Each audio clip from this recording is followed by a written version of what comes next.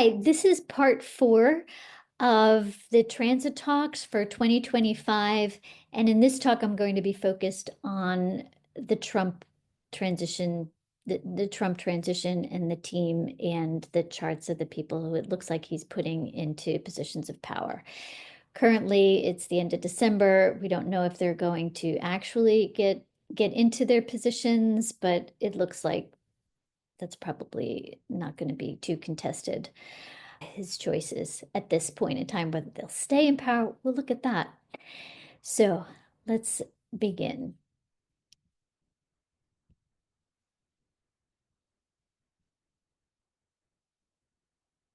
All right, so we'll look first at his vice president, J.D. Vance, August 2nd, 1984 at 8:11 a.m. So we do believe we have an accurate birth time for him. We can see immediately his sun is at 10 degrees Leo. So the points in the chart that we're looking for in terms of people stepping into power, having influence, are particularly 10 degrees Leo, 10 degrees Aquarius, sun, moon midpoint. Those are the strongest things to have at 9, 10 degrees of Leo Aquarius. So those are people that are likely to move into power, to have a strong say, to make a difference for good or for bad. It's not really judging that. It's just saying, okay, this is a person to watch for. This is a person who has the influence that it appears that they have, or maybe even more. And in this case, probably more. See, the sun here, if we have an accurate birth time, which I believe we do, in the 12th house, means he's behind the scenes, but he's definitely pulling the punches. Like, he is definitely, I don't know if I use that expression right. He's in power. Like, he may be directing things a lot more than it appears. He's got Saturn square that, which means that he feels like he's in charge. He has that authority with that Sun Saturn square. So I think he's here to stay. I think it is a possibility that Trump leaves office at some point in the next 4 years and that he becomes president. I think that this is a powerful place for the sun. However, I think it's stronger that he stays in a position of power through the vice presidency. It's a perfect role for him. It's behind the scenes. And yet Trump will probably be off on vacation most of the time, and he may be left running things. Sorry if that's terrifying. I'm just trying to say the astrology that I'm seeing here. I'm also looking at anything at the Aries point, 0 degrees Aries, Libra, Capricorn, and Cancer to a lesser extent. I'm not seeing anything in his chart at the Aries points. So he may not be in the news a lot, but make no mistake, he's doing a lot of things behind the scenes. And then 10 degrees Aries, 23, 24 degrees Pisces, Virgo. This moon is not close to that point, so I think he has probably a smooth transition into the White House or wherever he lives or whatever he's going to do. But I think I don't see an upset for him in the spring. Maybe the fall of 2025 when Pluto starts going out of bounds. But when Pluto starts going out of bounds, then it won't be within 3 degrees of his sun. So I think this 12th house is going to protect him from any kind of scandal or issues throughout 2025. Uranus is on his midheaven. I think this is just his rise into power. It's already past that point, so it's pretty much already happened. Uranus will be on his North Node Chiron over the next coming years. He'll be in his Uranus return. That will be changes for him, more likely to do with his family. I think that may be upsets in his family. Okay, let's move on.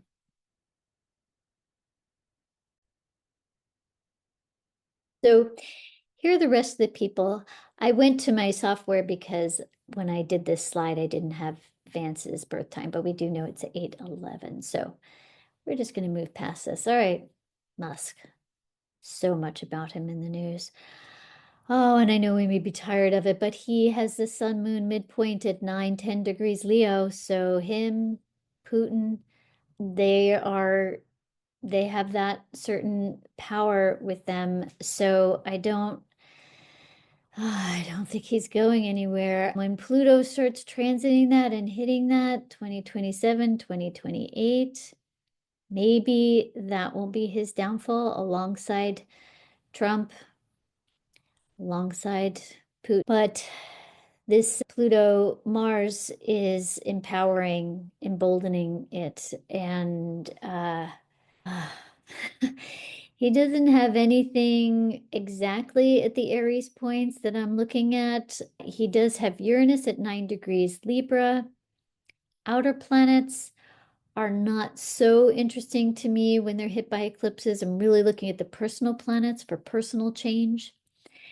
But he does have the sun at 6 degrees Cancer here, squaring Uranus, Chiron. So those eclipses are to some extent hitting his sun, Mercury. I don't think this is a major hit for him, although he may have a difficult month in March, April with those eclipses. But again, eclipses squaring planets, I don't pay that much attention to. I'm only paying attention to it because he natally has Sun square Uranus and Chiron. So by proxy, in a way, that Sun is being aspected. But Neptune isn't really doing much to his chart. So we are looking at a lot of potency. But when Pluto hits the Sun Moon midpoint, it will also start it will also start being on his north node, his Mars eventually. I think this north node on the ascendant, I think we just saw somebody else with this. This is drive. This is really intense ambition.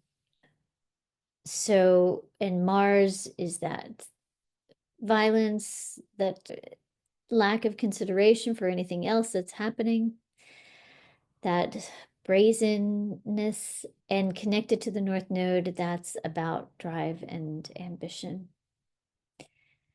So we'll see. Let's go on. Vivek Ramaswamy, Mars at that point. So he's also has a lot of courage. One of the other things that I'm looking at is people born in the 1980s. I think that power is shifting. It's moving from people born in the 1940s to people born in the 1980s. Sure, there's lots of people, a lot of people in the world are in positions of power, but the 1960s and the transit of the 1960s and 1970s were not really powerful in the way that they're going to bring about the new leaders. The new leaders are going to be people born in the 1980s. Vance, 1980s. Vivek, 1985 is even closer to this point. Pluto is close to 2 degrees. Scorpio is close to that justice point. So we're seeing this shift in power for people born with Pluto at the power point to people born with Pluto at the justice point. These are people with an axe to grind. They're angry. They want to change things. They're here to turn over the system. So he's part of that. And you add that Mars, sun's outside of the orb that I'm looking at, but not that far outside. So he's got Jupiter here at 11 degrees that gives him some of that opportunity to collaborate. I think he's here to stay and in power. Now, whether he and Musk can actually work together, we'll see. He will have Uranus conjunct his moon next year in 2026. That may be a difficult transit for him. It looks like we've got an exact birth time for him, so that's probably accurate. That may be more personal, like emotional for him, how he experiences things. It may be that Musk will be able to take advantage of that and get him out of the way, but he's not going too far away soon and may really find his foothold in all of the people that are moving into power that were born in the 1980s. Linda McMahon, Department of Education, 1948. We don't have a birth time for her. moon at 7 degrees or near there, south node. She was born somewhat close to an eclipse. Let's see, the sun had a couple of weeks, so it would not have been that close, but she's she's probably going to support taking down the Department of Education. This is that underhanded that lets kind of gut things from behind the scenes. So she'll probably do some subversive things here. The North Node at the vision point means she might have a vision, but if we're not doing her spiritual growth work, it can be very hard to access the North Node, and she probably hasn't done that. Her sun conjunct Neptune at Libra. She's not who she says she is. There's a deception about it. This can be a very spiritual aspect, Sun Neptune. So for those of you who have that, it can be psychic abilities, intuitive abilities. She probably has these. But all of this in Scorpio here may be that she's not maybe using these in a good way. Let's just say this is subversive backroom deals. And we just know by the circumstances of her life that she's here to take down this organization. It's been amazing, but we'll see. The sun at 11 degrees Libra, she's one of the first people we're looking at that actually will be strongly affected by the eclipse on March 29th. So it may be that that eclipse is really intense, particularly towards the beginning of April. There's a chance she doesn't get in. I'm not sure the next person is going to be so much better, but Mike Johnson, Speaker of the House, he just played some cards here with the recent potential shutdown, standing up in some way to Trump and Musk. Look at where his sun is, 9-10 degrees Aquarius. He was also born at a lunar eclipse. We don't know his birth time, so we can't say the moon was exactly there, but we know that there was a total lunar eclipse on his birthday. And so he's fully stepping in to a position of power. However, some of the past speakers of the House have also, I think the last two, Kevin McCarthy and another one, have their sons also at 9 degrees Aquarius or Leo. So they didn't last that long, but I think he's got this ability to collaborate. Who he's working with, again, who's his circle? Dick Cheney has his son at this point, 9 degrees Aquarius. He was born like 30th, I think, either 29th, 30th, 31st. He was born at that time. He was collaborating, working behind the scenes. We knew he was probably calling the shots at that time period, but he wasn't doing that alone. He was really working with a lot of people. Same with Johnson here. And he may really stay and continue to be a reasonable force that maybe helps us not completely implode. Uranus will be on his Saturn. We don't know his ascendant, so we don't know if this is accurate here, but that will also be, now see, that could be his downfall next year, could be 2026, but I have hopes for him to be able to be actually a reasonable Speaker of the House. Oh, this guy, Pig. I wanted to say Pig. So Pete Hegseth. Obviously, I have a bias here. His moon is getting hit by the eclipses. We don't know his birth time, but it's probably close. The eclipse is probably close to hitting it. His moon is opposite Saturn. Maybe he was born earlier in the day to have the moon opposite Mars, which would be an indication of stepping into some kind of defense role. He's a Gemini, but Uranus won't be on his sun for a while. He's one who I'm just not seeing his power. I'm just not seeing his strength in this. So he's embroiled in scandal. I will not be surprised if he does not get in. This may be the one Trump pick that doesn't actually get through. I'm not looking at his wife's chart, or other people around him that may be influencing or pushing for this. But if he's in, he may not stay long. Yeah. And again, June 6th. I'm not sure that, I don't know how accurate this is. There's something about his chart that's really hard to read. I don't get it. All right. The Scott Besant is probably going to play a big role. We don't know his birth date. So this is a really made up chart. We know he was born, according to Wikipedia, born in August of 1962. Now, if he was born in the first week of August in 1962, there was a total solar eclipse that happened on August 2nd, 3rd in that time period.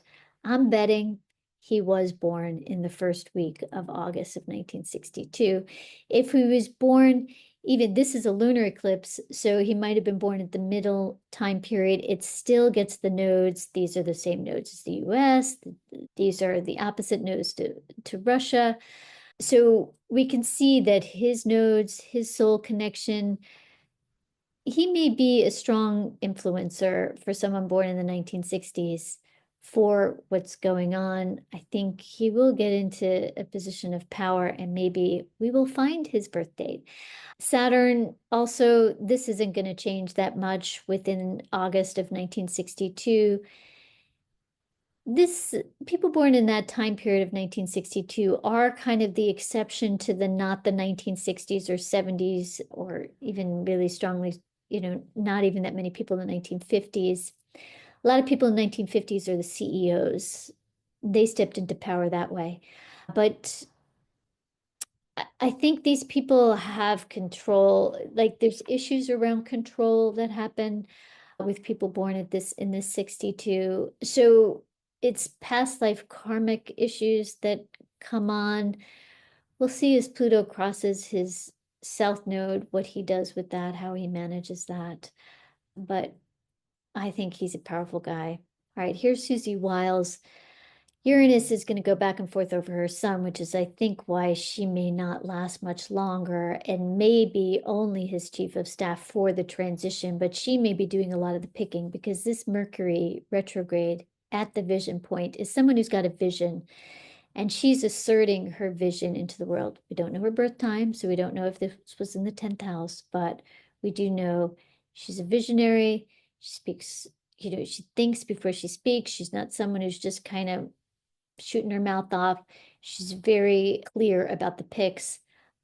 I think she may be making a lot of these choices and then she'll step out when Uranus is like stationing on her sun, which will be after the inauguration.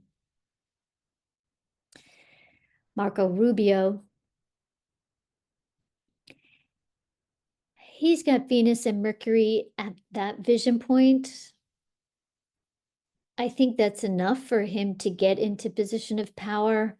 He's got Mars at 11 degrees Aquarius. So the Venus and Mars in his chart is supporting his rise into power. And, Sun Moon is a stronger place of power. So I don't think he gets past Secretary of State.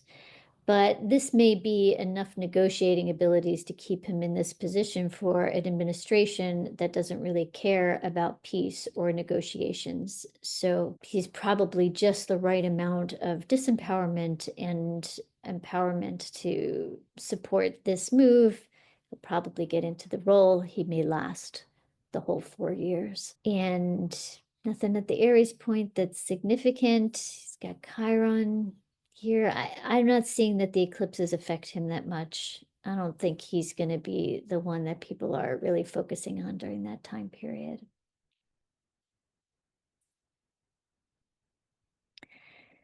Secretary of the Interior, again, Sun, 9 degrees Leo, his birthday, day before, Vance.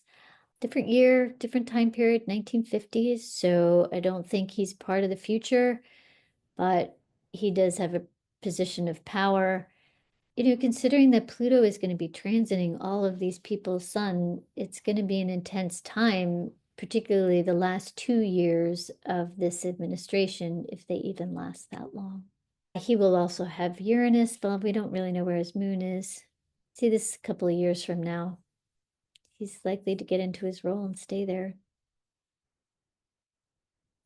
Let's see, Gabbard Gabbard. I'm sorry, I don't know how to pronounce her name accurately. Nodes, same as the US's, deeply connected to the soul of the country. We don't know her birth time. So her moon is probably in Leo, somewhere around here. Lots of women in history have had their moon at the power place where it's more like the masculine identifies with the sun, the feminine women identify a little bit more with the moon. So this holds this position of power for her, leadership. I think it'll be interesting to see how she leads this organization. She has the eclipses are hitting her Mercury, so the eclipses are aspecting Mercury, Jupiter, Saturn. So I think this is going to be a rocky introduction to her into her first few months of her term. I she's a bit iffy for me because I mean the nodes are so connected, but when it's the moon that's connected, I'd really like to know her birth time to know how accurate that is. Um, Pam Bondi, Attorney General, not much at the Aries point, nothing at 10 degrees Libra. We don't have birth time, so we can't look at the houses or the cusps, but nothing at the eclipse points and nothing at that 10 degrees, 9 degrees, Aries, Aquarius, Leo. So, uh, no real significant midpoints there. I'm wondering how long she lasts. It's another chart that I'm just like, I don't know, not feeling. I'm not resonating with. I'm not getting it. So I wonder if she actually lasts once she gets in there. She's got a Sun Neptune conjunction. It's not that strong. It's separating. Maybe she's got a Moon Pluto conjunction, but the lack of aspects to it say, I don't know, maybe not her time. Her time might have passed. All right, let's look at his chart. We're all curious about him, right? Oh, born during an eclipse, another person. Projection. It's not really about the essence and the quality of the power. It's all about, what is everyone else doing? He changes his spots just like Trump. He's had Pluto transiting his sun, Mercury. He's gotten through that. It looks like we've got an accurate birth time. So Pluto's going to be crossing his descendant, which is a huge time of change for a person. Often there's loss. His role may be to just stir the pot. And I don't know that this is a chart where there's real true power. He's got Saturn and Scorpio, so just like Erdogan, I guess maybe their birthdays are close together. I don't know if people keep talking about it, he keeps staying in power. But as soon as the limelight goes off him, I don't think he's got what it takes to kind of stay in the role. So we keep caring about what he says, we keep looking at what he's doing. If you want that, then keep talking about him. If you don't want that, then stop talking about him because he thrives off of crowd size. He thrives off of the controversy. He thrives off of the talking. And he's probably a smart guy when Sun and Mercury and Venus are all connected. It's intelligence. We've talked about the North Node being about a drive and ambition. When the Sun is there, it's somebody with a lot of drive and ambition. He made it through the Pluto transits to that, and that empowered him. We'll see what Pluto on the descendant does, along with the Mars retrograde is on his ascendant. So he's got a tricky road ahead of him to get into that position. He may continue to take a lot of attacks, verbal attacks, throughout the next several months.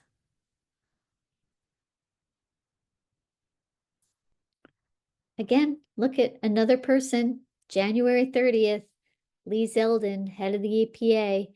He's stepping into a role of power. I mean, this is abundance of people with Sun at 9 degrees Aquarius or Leo. And I mean, they may fight each other a lot, but the Aquarians will collaborate. He'll work together with Congress. together with Mike Johnson. And he is in a position to work within an agency that he could really take down. So I'm concerned about how much power he's going to have. He was born near a full moon. We don't have his birth time, so this moon maybe it could be almost in Leo. So it could be being aspected by the Mars retrograde. Well, it is being because Mars is going to retrograde back over the moon. There may be some challenges in his confirmation, but I think this Sun, Mercury up here is pretty strong. And I think he has strong allies. Christy Nome, no birth time. Forget why she's in here. She's been nominated for something.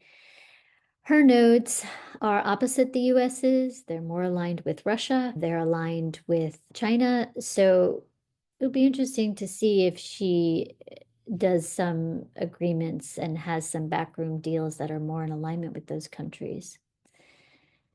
But that's a powerful place for the North Node. Okay. That is what I've got about the current Trump administration. I know I've left out a few people, either because we didn't have a birth date or they're or they weren't being nominated when I was preparing for this. But more as we go forward. During this Mars retrograde, stay safe. Go inward a bit. You don't have to kind of get out there in the middle of things right now. And do that more when we get to March, April. Be really, I think we have this opportunity to form a strong resistance movement and support us in growing into, evolving into a different species of humanity that is not so violent. I think moving more into local communities, focusing on who's around us, what we're doing in collaboration with others, focusing more on our rituals and our connections, divesting, clearing out our homes, simplifying our lives.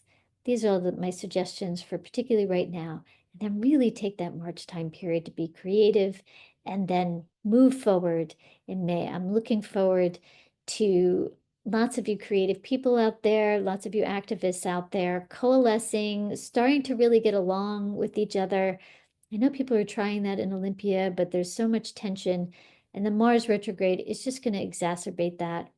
So wait till March, wait till April to start initiating your gatherings, crossing the aisles, feeling like you can collaborate with other people, trying to work together with multiple organizations, seeing how we can create a world global movement going forward that is more about peace and more about compassion and I hate to say it, it sounds so absurd, but less about genocide. I mean, less about the complete eradication of peoples. We need to heal this, and we need to heal the deep karmic wounds in our own country in the US, and whatever wounds your country is holding.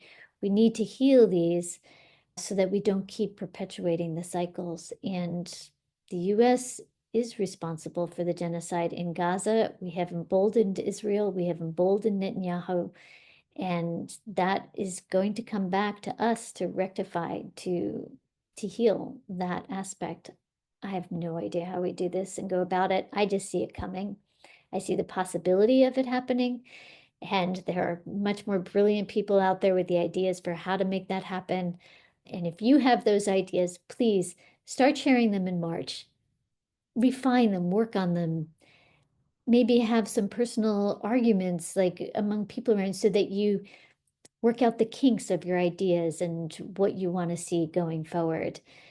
But start sharing them in the spring before Pluto goes out of bounds so that these ideas are part of the seeds of what evolve and grow into fruit and fruitful trees over the next 10 years. And this will happen fast. This is not a long, drawn out civil war, or it's not long, it's not drawn out. There are sudden changes that will happen every fall over the next 10 years. And this new administration is different than the old. They have a lot more power. They are about taking things apart, and they're not quite as beholden to Trump as it appears. He's putting all people that appear loyal to him, but nobody with a planet at 9 degrees Leo or Aquarius is loyal to another person. They're not loyal to Trump. They have their own agendas and they're about seeing them through. All right. I want to leave you on a nicer, a happier, or more joyful note. We've got work to do, and there's all these people that are coalescing, that are gathering. We far, far outnumbered them, and there's uprisings that are about to happen. And the soul of these nations, China, Russia, US, these are where the heavy transits are. So what is the soul of the work? What are we here to do? What is the deeper work of the United States? And that may fall to the states, and that may be our saving grace, that really that was the first thing that we were formed as, and that's where most of the governance happened in the beginning, was about states and giving each state the rights to govern itself in a large part. So I think I think that may happen more and more, as even the divisiveness may be even somewhat resolved by some of that. And we may see this in other countries. We may see this in the whole region of the Middle East, where there's a breaking part of these structures that were really emboldened by the empires of the US and the Western empires, not really taking into consideration the people and the languages and the religions of the people. They may move more into smaller organizations, areas, and live a little bit closer to the land, but less oppression. I think oppression can go by the wayside. It may take the whole 10 years, but it's not going to go past there. We're really in a time period of tremendous change. So blessings to you and more to come. Thank you for watching.